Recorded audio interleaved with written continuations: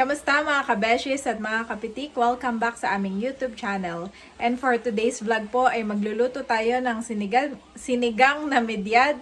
Yung isda po ay galing kay Ate Nels. Padala kay daddy nung umuwi po siya sa Infanta. At nakaprepare na po ang ating mga gulay. At kain din po yung ating bawang, sibuyas, kamatis. May larana din, papakuluan na lang. At ito po ang ating, ito ang ating isda, fresh na fresh, galing sa palaisdaan. Maraming salamat Ate Nels, at naalala mo po kaming padalhan. At excited na akong matikman ang medyad. Ang bili niya lang ay wag daw masyadong madaming sabaw dahil mawawala ang lasa. At thank you so much kay Ma'am Jo and Ma'am Judy, ginamit na po namin itong kutsilyo. Sobrang talas po. Pati na rin yung gunting. Gamit na gamit po sa aming Kabeshi store. Thank you so much po. Ayan mga Kabeshi, napakuluan na po natin ang ating mga ibang ingredients. Ilalagay ko na po yung isda.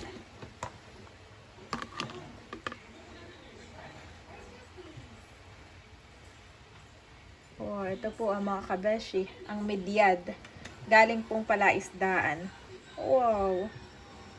Mukha pong masarap. Wow. At ilalagay ko na rin po yung ibang gulay.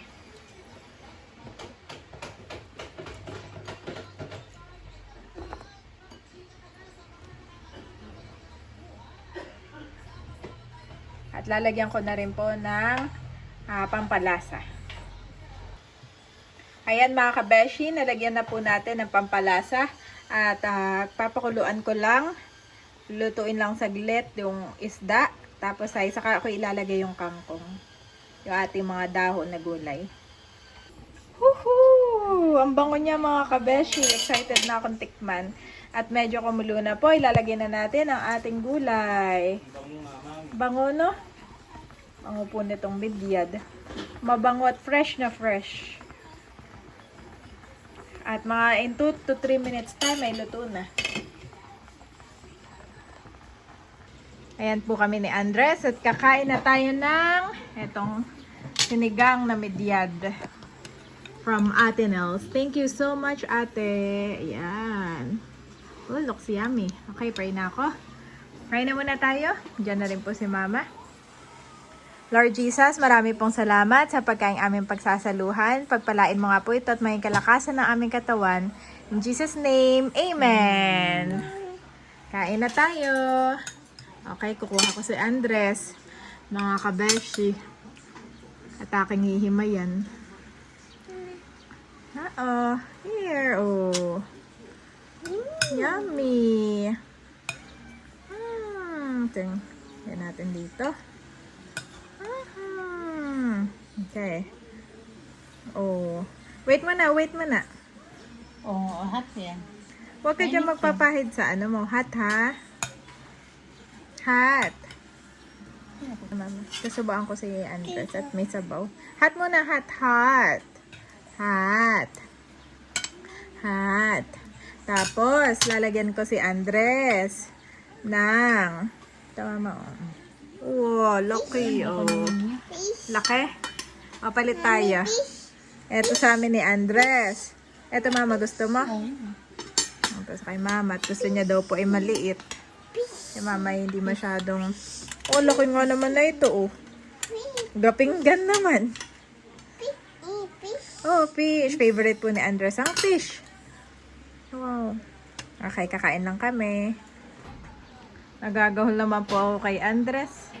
Ay, si Andres ay mahilig po talaga sa isda. Wait lang, wait. Wait for mommy.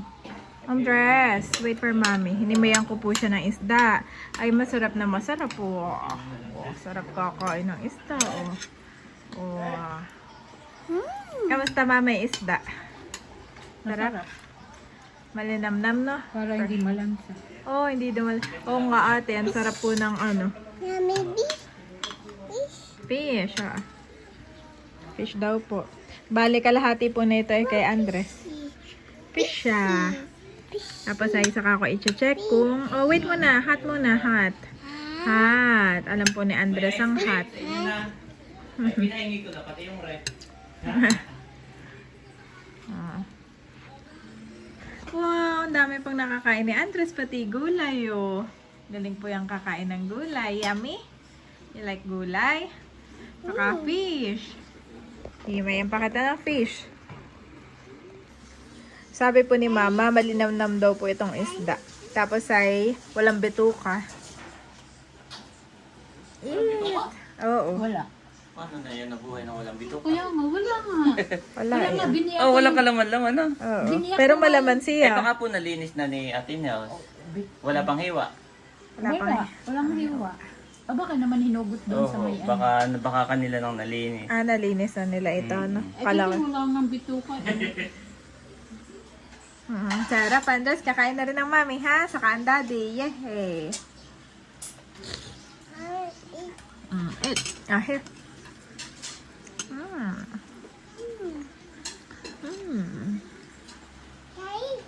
Daddy, eat. Wow, si daddy kumukuha na din po. Yes. Ay, gutom na. Si daddy busy-busy po sa Kaya labas. pala ako nanginginig na. Ay, sa inin, buong isda, tigi-tigi sa tayo ni na mama. Ay, kay Kami ni Andres. Andres ay Yun na share lang sa dito, kanya ah. namin. Hindi sure na. Malaki itong akin. Nagpalit Yan. kami ni mama. Fish. Sa inyo lang yung isa. Sa inyo ni Thomas. Ah, okay na dito, daddy. Sa iyo na yun. Sarap? Sarap. Kain po tayo. Thank you, Ate Nels and Bossing. Thank you po. Enjoy na enjoy si Andres, oh. Kay na yan. Grabe mga kabeshi, napakasarap po na itong isda na ito. Hindi rin siya matinik. Sobrang sarap, sa malinamnam.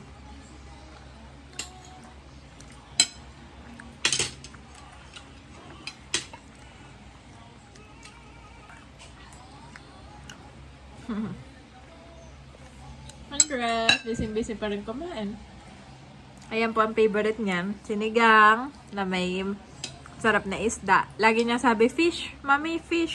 And he directed the people to sit down on the grass. Taking the 5 loaves and the 2 fish, and looking up to heaven, he gave thanks and broke the loaves. Then he gave them to the disciples, and the disciples gave them to the people. Matthew 14:19 Niv.